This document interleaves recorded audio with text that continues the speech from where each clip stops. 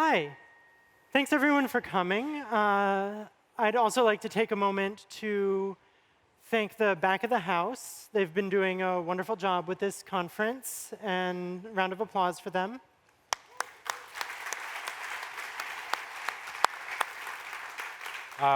One more group to quickly thank. As you'll notice at the side over here, we've got live transcriptions happening. That's a person who's doing a great job and trying to help make this event more inclusive. So a quick one for them as well. And I know this is the last session before the concert. You're all tired and or excited for the concert. So with that, I'd like to first take a moment to introduce my compatriot, Myles Borins. He's a developer advocate on Google Cloud. He's also a longstanding member of the Node.js community, and in fact, the director of the Node.js Technical Steering Committee. Fun fact about him is the first time he used Node was for an art installation, so he's also an artist and a musician. It's true. Here we have Naomi Seyfer. Naomi's a senior software engineer on serverless, working on Cloud Run. How many people in the audience have heard of Cloud Run before? By the end of this presentation, it will be all the hands, and I'm excited about that. Naomi's also working on the Knative Client Working Group, is the lead of that team. You'll hear a little bit more about that project as well as we get into the talk. Naomi's a language polyglot, loves every single language, but not necessarily all of them equally. Naomi, back to you. So this talk is about serverless. What is even serverless? It's a buzzword that you may have been hearing. It's like hot in the cloud compute sphere these days. So our conception of it is kind of a catch-all term. It has a few components that if a compute product meets them, we consider it under the umbrella term of serverless. The first of those is that you don't have to worry about infrastructure management. You might hear me repeat this, you don't have to worry about phrase pretty often. You don't have to worry about is kind of the theme of serverless. So first, you don't have to worry about infrastructure management, no VM provisioning, no metal provisioning, no bare metal provisioning. Your scaling is going to be automatic, and it will scale up and down as your needs require. Another element of it is that your security is fully managed. You don't have to worry about some kernel vulnerability or for a lot of the products, some library vulnerability happening. All of those are updated behind the scenes, so you don't have to worry about it. And you also don't have to worry about paying for resources that you're not using. The products that we consider serverless, you pay only for what you use. You pay only for the CPU and memory and requests that you're using. And when nobody is using the service, it scales down to 0, and you don't pay anything for that. So in this talk, we'll talk you through the 3 serverless compute options that Google Cloud has: Cloud Functions, App Engine, and Cloud Run, and when you might want to use each of them, because they each have their strengths and weaknesses. These options lie along the spectrum of serverless, which is part of kind of a larger spectrum of computation, where at one end you just write a tiny bit of code, and you send it to a server, and it runs it for you, like Google Cloud Functions. And on the other end of that, you have requisitioning blade servers to go put in your data center. But we won't talk about that, because that's not serverless. So we'll talk about the spectrum of serverless compute, where at one end you have more ease of use, and at the other end you have more control, though they're all with good control and good ease of use. So what will we build? So what we ended up collaborating on is a URL link shortening service. It's built entirely serverlessly on an architecture that we'll show you momentarily. But perhaps the first thing that we should show you is the product itself. So I'm going to come over here and get onto the demo machine here. And we're going to go to min.kni.sh, small knish. And we could see the basic UI here. This has been built with material for web. We can click on the URL here, and let's make a short link for google.com. We'll submit that short link, and get this minified link almost right away. So we can see that it has a little SHA here that we've generated, and it takes us to google.com. We could similarly go here and create the short link and give it a specific short link like Goog, submit and wait, and oh, we got a 409 that the short link already exists and goes somewhere else. And we got this really fun cow that's giving us a little fortune as part of our 404 page. We'll similarly get errors if we try to go for short links that don't exist, or if we try to go to routes that don't exist with the appropriate errors, and get different fortunes each time. So now if we move back to the presentation, we can talk a little bit more about the architecture that we're working with. So when you come in, you're going to be using a front end that's been built with Express, and it's run on Google App Engine. That's routing all of the requests that are coming from the browser.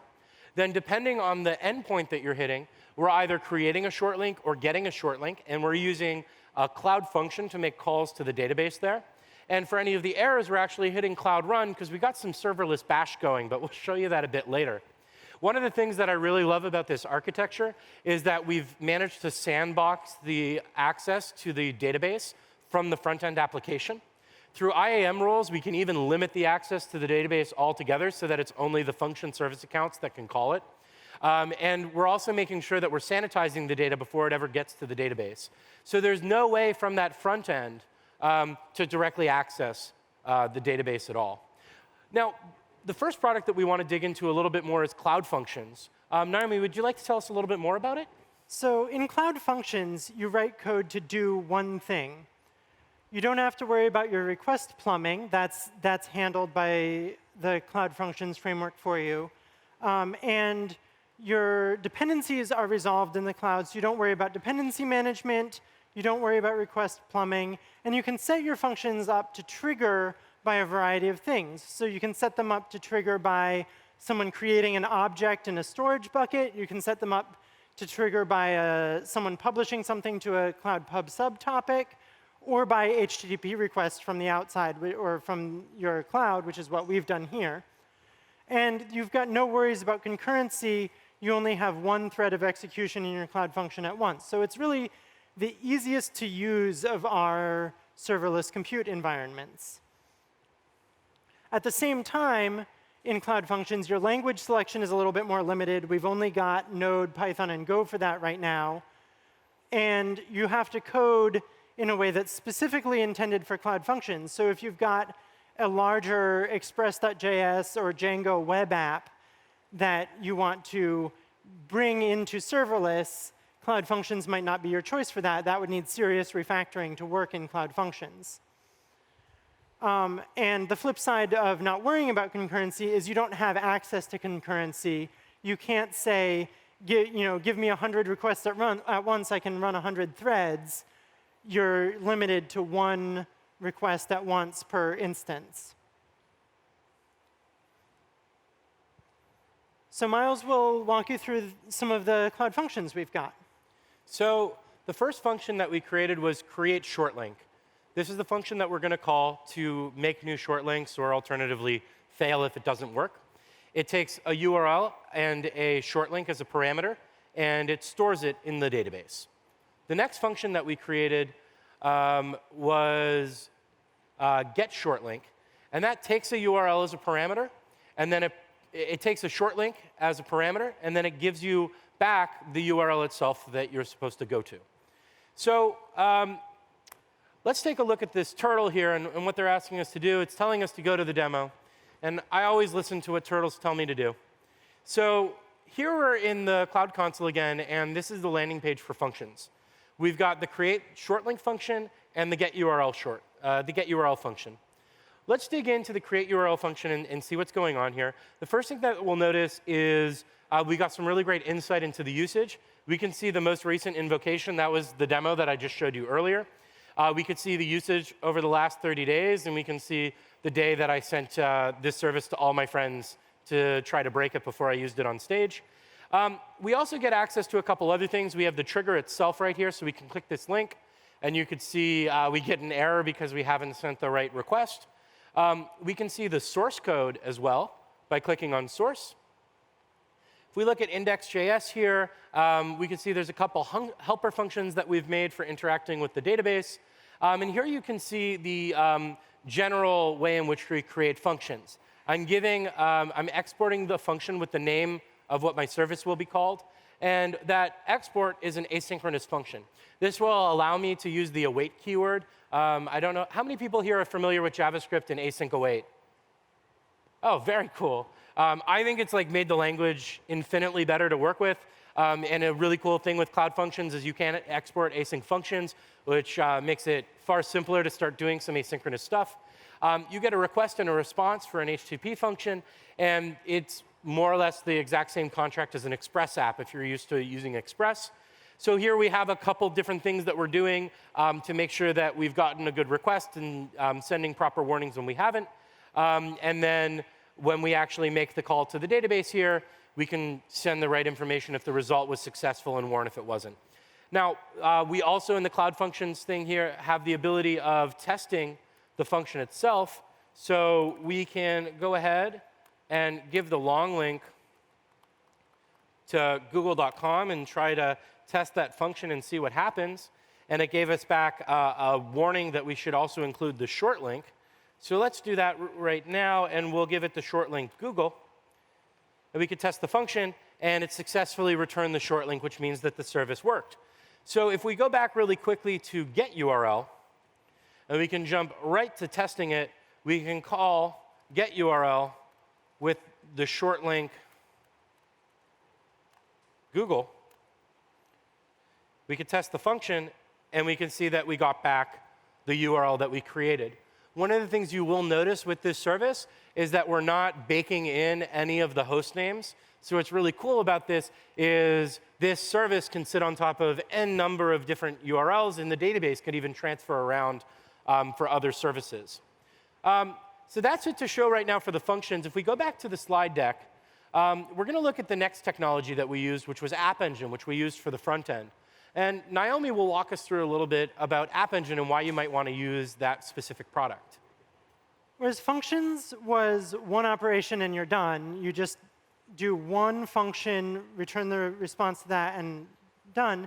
In App Engine, you write a service that can deal with a variety of paths and can do a variety of related operations. You still have a lot of the benefits of functions, like the automatic security, patching of libraries. The libraries are still resolved in the cloud. But you have a few more language runtimes available. We have Java, Python, Go, PHP, and Node.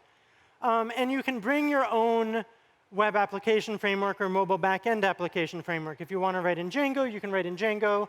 Flask, you can write in Flask. Can you tell that I'm a Python person rather than a Node person mostly? And you can have the idiomatic language environment to what you're used to. So you write the code that you're used to using, deploying to any other kind of situation. You write that. You send it up to, you write that, you send the code up to us in the cloud. We resolve the dependencies for you in a language idiomatic way. And we make your code run, and we scale it automatically and do the serverless thing for you in all the ways that I described serverless before. Myles will describe the front end that we wrote in App Engine. So we have a couple different routes that we're handling in App Engine with the Express app that we built. The first route is just /. It's what happens at the root. And for that, we serve a form for a new short link. The next route that we have is a post to /link. This is the endpoint that we post to create new short links that will then proxy that request to the Cloud Function that I was showing earlier. Finally, we have a post to get short link. This is very similar to just get on the root, except we catch any other words that are there to be used as a parameter for figuring out, hey, what short link are we asking for? And then we serve the appropriate redirect for the browser. So I think the turtle's telling us it's time to show off a demo again. So here we're in the App Engine console. And if you were trying to figure out how to get it, if you click the navigation menu here, you can see that we've pinned it. But if you just were to scroll down on the products page to compute, it's right in there, and you can click on App Engine, and then click on Dashboard to get to the page that I'm on right now. We can see the requests that have come through, and take a look at them. We can see services. We have one default service that's deployed right now, but you can deploy multiple services, multiple independent App Engine instances, all in the same project. You're not limited to one. We have various versions. These are all the different versions that we've deployed of this application. As you can see, we've made some changes over time. One of the things that I really love about this is the traffic allocation bit that you can see here. It makes it really intuitive and straightforward with a couple clicks to split traffic across a couple different instances. One time where I find this extremely useful is, hey, we've made a small change and we're not 100% whether or not this is going to break some people. You can do a new version, not automatically deploy it to production, and just write about maybe 10% or 5% of traffic to that service. You can even run that service with special headers in the logger, so it's easier to see exactly what's going on, and progressively roll out that service over time instead of just transitioning all of the traffic at once. You'll be able to see there's a handful of other things in the menu here. We're not going to dig too much into those right now, but I would say the cron jobs are also one of my favorite things, and Cloud Scheduler is another product you can look into. But let's take a look at the code that we're using here. In our front-end service here, we have, it's a packaged JSON. It's a idiomatic Node.js app. We have a handful of different dependencies, not many dev dependencies. The one main thing that you definitely need when you're doing things with App Engine is the app.yaml file. This runtime line right here is actually the only thing that you need to include to get something deployed. And we're saying, which runtime we're using. These handlers that you see below here we're using to specify the static content. So during the deployment, everything that's in /stylesheets and /scripts and /.star are going to be cached by a CDN at the edge. We know that all those assets are static, so by creating these handlers, App Engine smartly knows how to cache that. And then we have app.js here, which is the main entry point into our application. We've got a little bit of song and dance here, and the code is available online. We'll give you a link at the end of the presentation. But the two biggest things to check out here are these two bits right here. And this is idiomatic express for saying, hey, here are particular routes, and when we hit those routes, let's use these particular middlewares. And you'll notice that we have two different routes that we're doing, one being the index route that's handling both the case of hitting slash as well as hitting any of the parameters, and then link, which is the endpoint that we're posting to create a new link. So one of the things that I wanted to show really quickly was how we can quickly update and redeploy the application. So we're in the front-end app now. If we go here in the front end and we take a look at our view, and we have index.pug here, and you can see that this is where we get that header for URL shortener. And let's just change that to hello.io. And we're going to save that. We're going to see the git status. We can see the diff. By the way, what we're using right now is called the Cloud Shell, and we're also using the Cloud Editor. This is all built right into Google Cloud. We're changing this all live on the stage with a Chromebook. You can do this on the road with pretty much anything that has a keyboard and a browser. And if you're in cloud source repositories, which is where I was showing this for, it allows you to push Git repositories right to cloud. You can literally click this button right here, edit code, and that's going to open up this Cloud Shell environment that you see me working in. So we've now changed hello.io, and we're going to run gcloud app deploy. And it's going to say, hey, you sure you want to do this? I'm pretty sure I want to do. And no such component. Oh, I know what's going on here. We need to just npm install really quickly.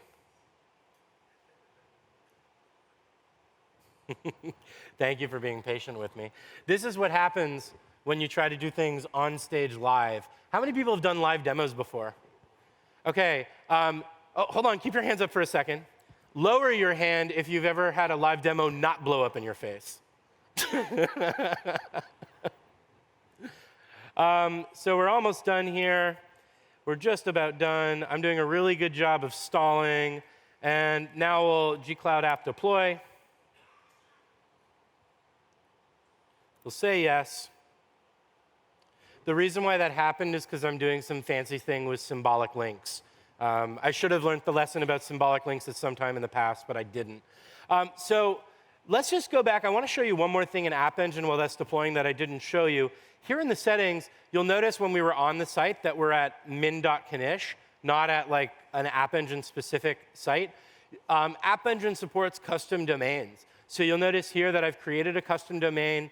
It gives me all of the rules to set up. I just put that into my DNS settings, and now that domain will always forward to the App Engine instance. App Engine will also provision all of the SSL certificates for you. So as you noticed, we were doing everything at HTTPS. And I believe if I just go to HTTP, oh, you can see my muscle memory won't even let me go to non-secure. It automatically upgrades the traffic for you as well. So I really highly suggest just using that right off the bat. So we go back to the Cloud Shell. It's already, I've been talking long enough that it works. And if we refresh now, it says hello IO. So not the most exciting change that we're doing live, but I didn't want to change too much. But you can get a little bit of an idea now about the end-to-end workflow of working with App Engine. And you could take any idiomatic framework that you want to work with if you're more into Happy or into Fastify or just writing something by hand with Net. You can deploy anything that's idiomatic node with App Engine.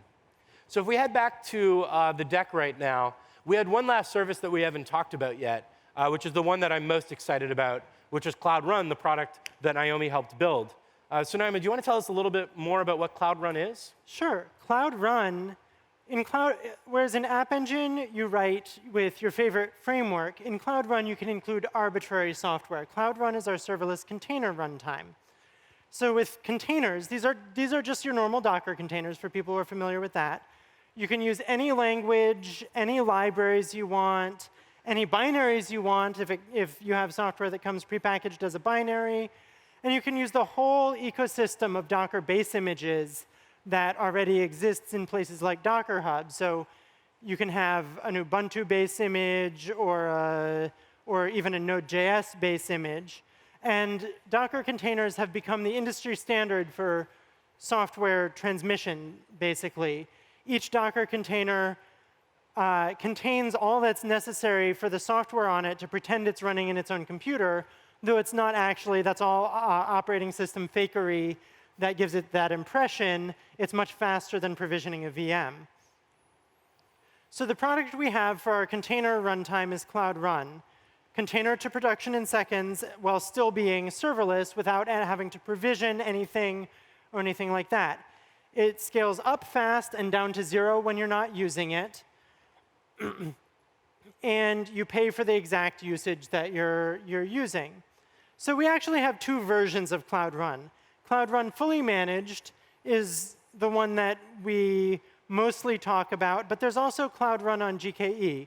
Cloud Run Fully Managed, Google is your ops team. Google does all the management of scaling up and down for you. It uses our proprietary backend. And Cloud Run on GKE is an alternative form of Cloud Run that has the exact same developer experience. You still use the same commands to deploy. It feels the same to deploy. It still scales up fast and down to 0.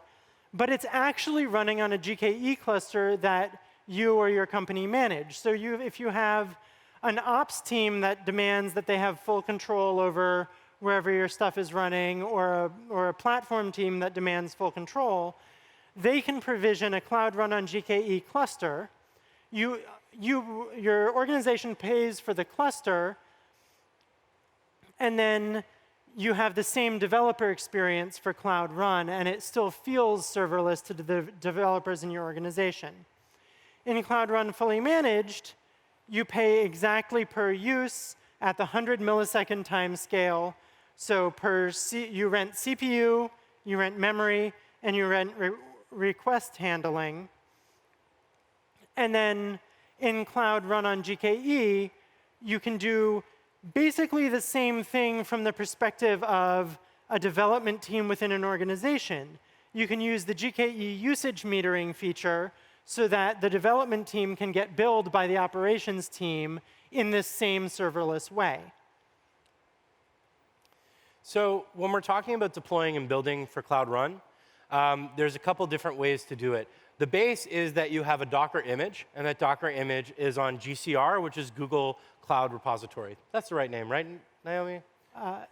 Google Container Container repository. I knew I was wrong. That's why I asked. So with Cloud Build, you can create those images automatically based on Git repos. You can also do it yourself with Docker, build locally and push upstream. And you can also do that within your own CI/CD infrastructure. As long as the image is on GCR, Google Container Registry, you'll be able to deploy it with Cloud Run. And you may have been asking, what is a container registry? A container registry is a place to store container images, publicly or privately. It works via using the Docker push and pull command. For GCR, you pay only for the storage. So when you push a container, you can kind of think of that container like a series of tarballs. You're storing that inside of a bucket. You're only getting billed for the on-disk space that you're taking up. One of the great things that we do offer as well when you push containers through our container registry is that you get container vulnerability scanning. So we had mentioned before that for like App Engine and for Cloud Functions, because everything from the platforms such as Node.js or Ruby down is managed by Google. If there's new versions of Node or new versions of the operating system or patches that need to be applied to system libraries, we do that all for you under the hood, and the next time we spin up your containers, they just have those updates automatically. You still need to manage your own dependencies within your application. But when you're deploying containers, you've contained everything. Everything is in there, and you're maintaining that yourself. So you're responsible for making sure that all that stuff is secure. That's part of the spectrum that Naomi was talking about earlier. You have more control, but that comes with more responsibility. But we still got your kernel. We still got your kernel in Cloud Run, but your libraries, you rely on the vulnerability scanner. And the vulnerability scanner will let you know if your images that you have in GCR have any vulnerabilities in them. I'm personally a big fan of that technology. So when you want to go to deploy, this is the command that you would run. And you start with the registry. And you gcloud beta run deploy, because the thing is still in beta, image, and then the link to the registry. Cloud Run takes that container registry image, deploys it, and gives you a URL that you can then visit to see your service in production. And similarly to App Engine, you can also set up custom domains. And those custom domains will have managed SSL for you. So your whole deployment can just be gcloud beta run deploy. And if any of you have any experience with Cloud Build, it's fairly intuitive to set that up to be automated based on pushes to a Git repo or all sorts of other triggers that can set this off to automate continuous deployment for you. Cloud Run is based on Knative, which is a common API and runtime environment for serverless containers. So one of the wonderful things about Cloud Run is if you obey the contract for what a container should and shouldn't do, you can port that container to anywhere that runs Knative. Now, you might have to like dig yourself access holes to any other Google Cloud services that you use. But if you follow the container contract, it should be reasonably portable between Knative deployments. So Cloud Run is a kind of Knative deployment, Cloud Run on GKE. And Knative is actually open source software. So you can take Knative and install it on a Kubernetes cluster of your choice. The reference implementation is based on Kubernetes.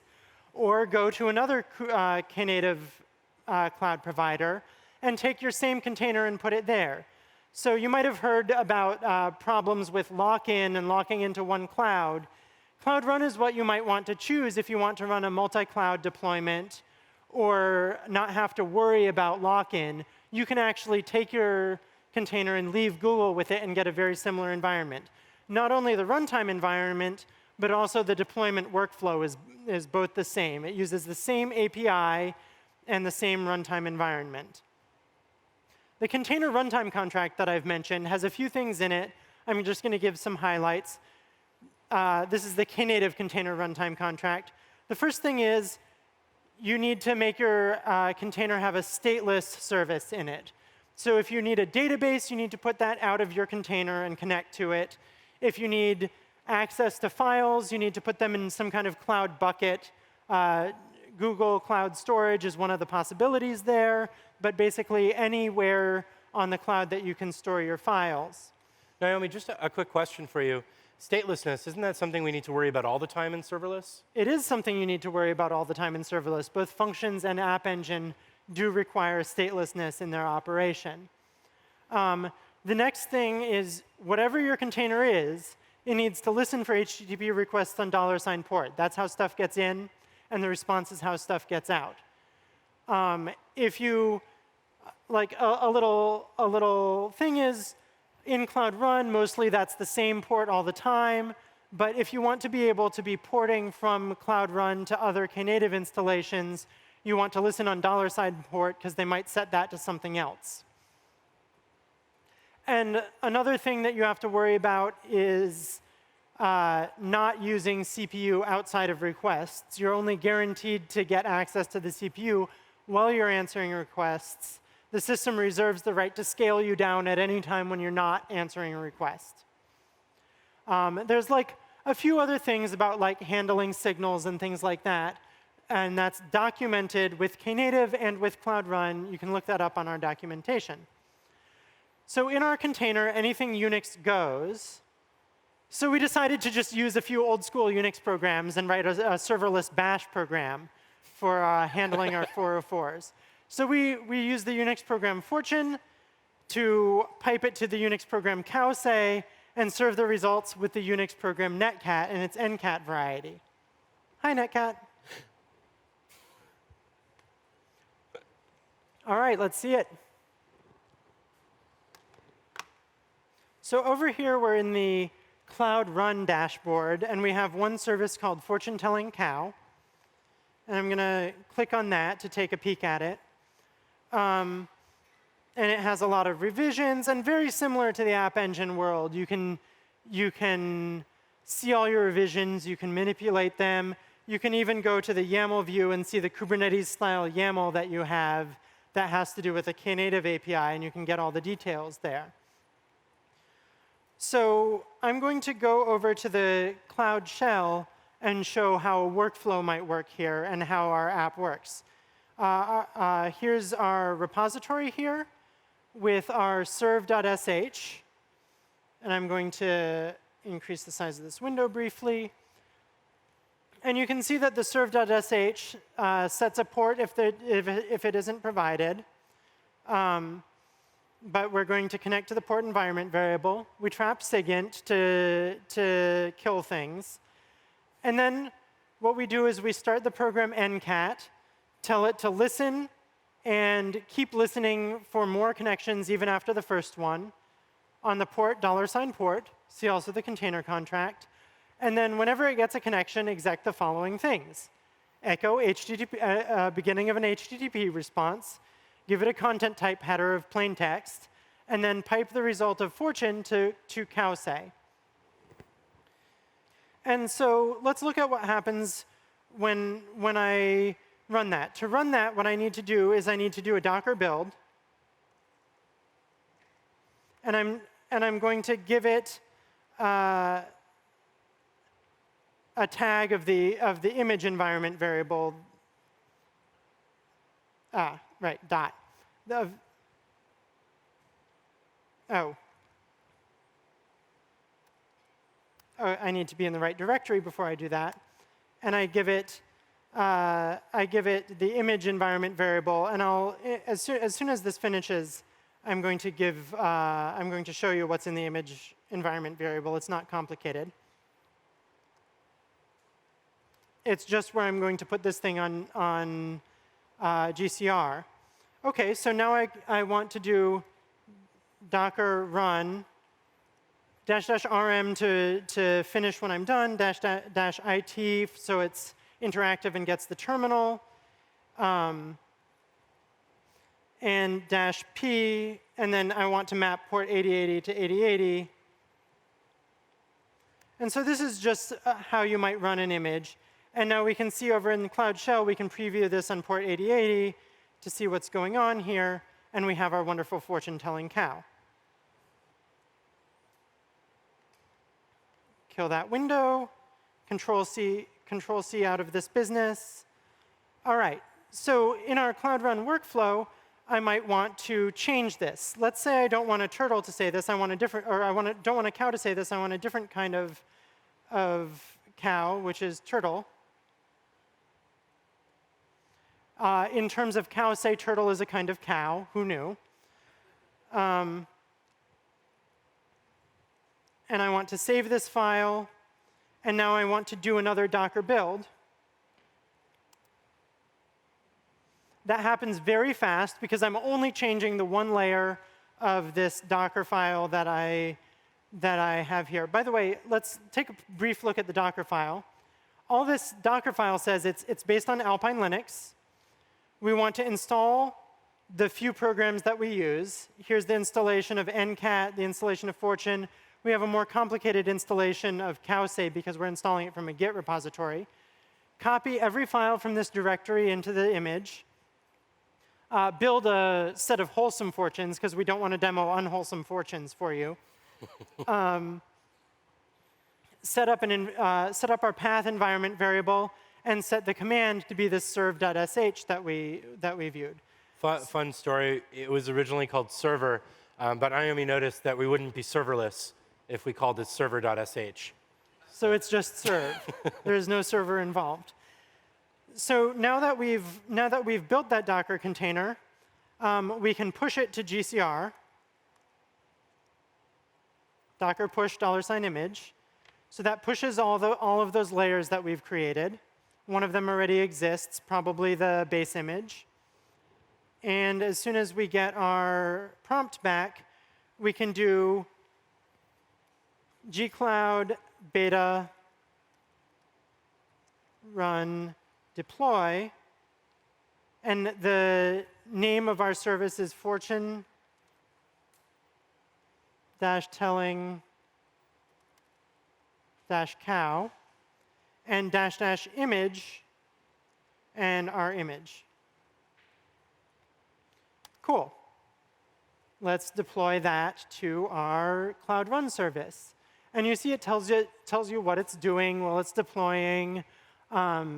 I'm actually in charge of the command line, so I'm proud of all this interactiveness. It health checks it before it migrates any traffic to it. So if as soon as you send any requests to your thing, it crashes, it won't migrate any traffic. It will let you know that there's an error. Cool. It's deployed and is serving traffic. So we can go and check out this URL.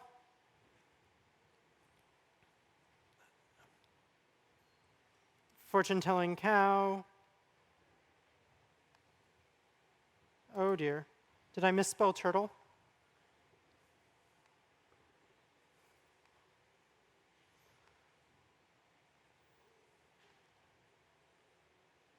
I'm sorry, -f turtle. Now I need to Docker build and deploy very quickly. I think this is a really great example, though, of how quick this workflow is. And for those of you who have experience with GCF versus App Engine, it takes a little bit more time because all of its infrastructure is all being managed by us at once.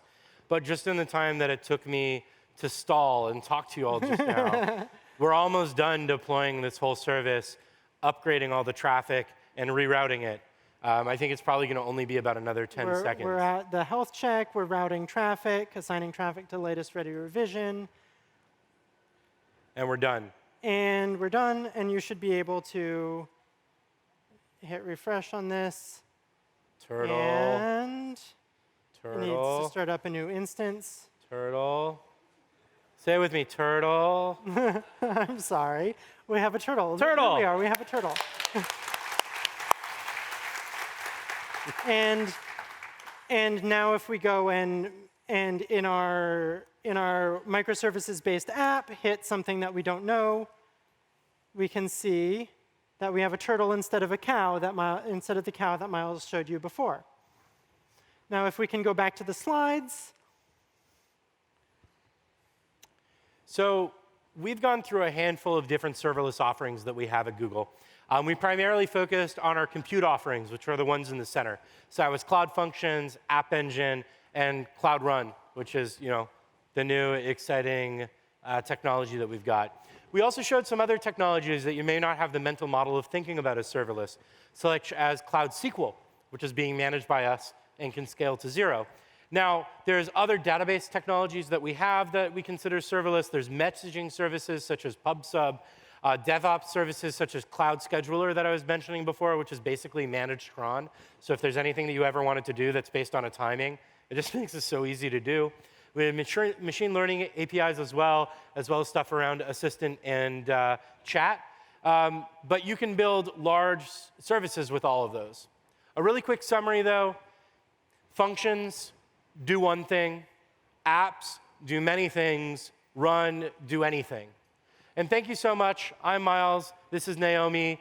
If you take a look at the next slide, you could see min.knish/source is a short link that will take you to the Git repo for the project. Also check out developers.google.com, cloud.google.com/serverless. We're on Twitter and email and all those things. Grab us afterwards if you have questions. Thank you all so much for sticking around so late.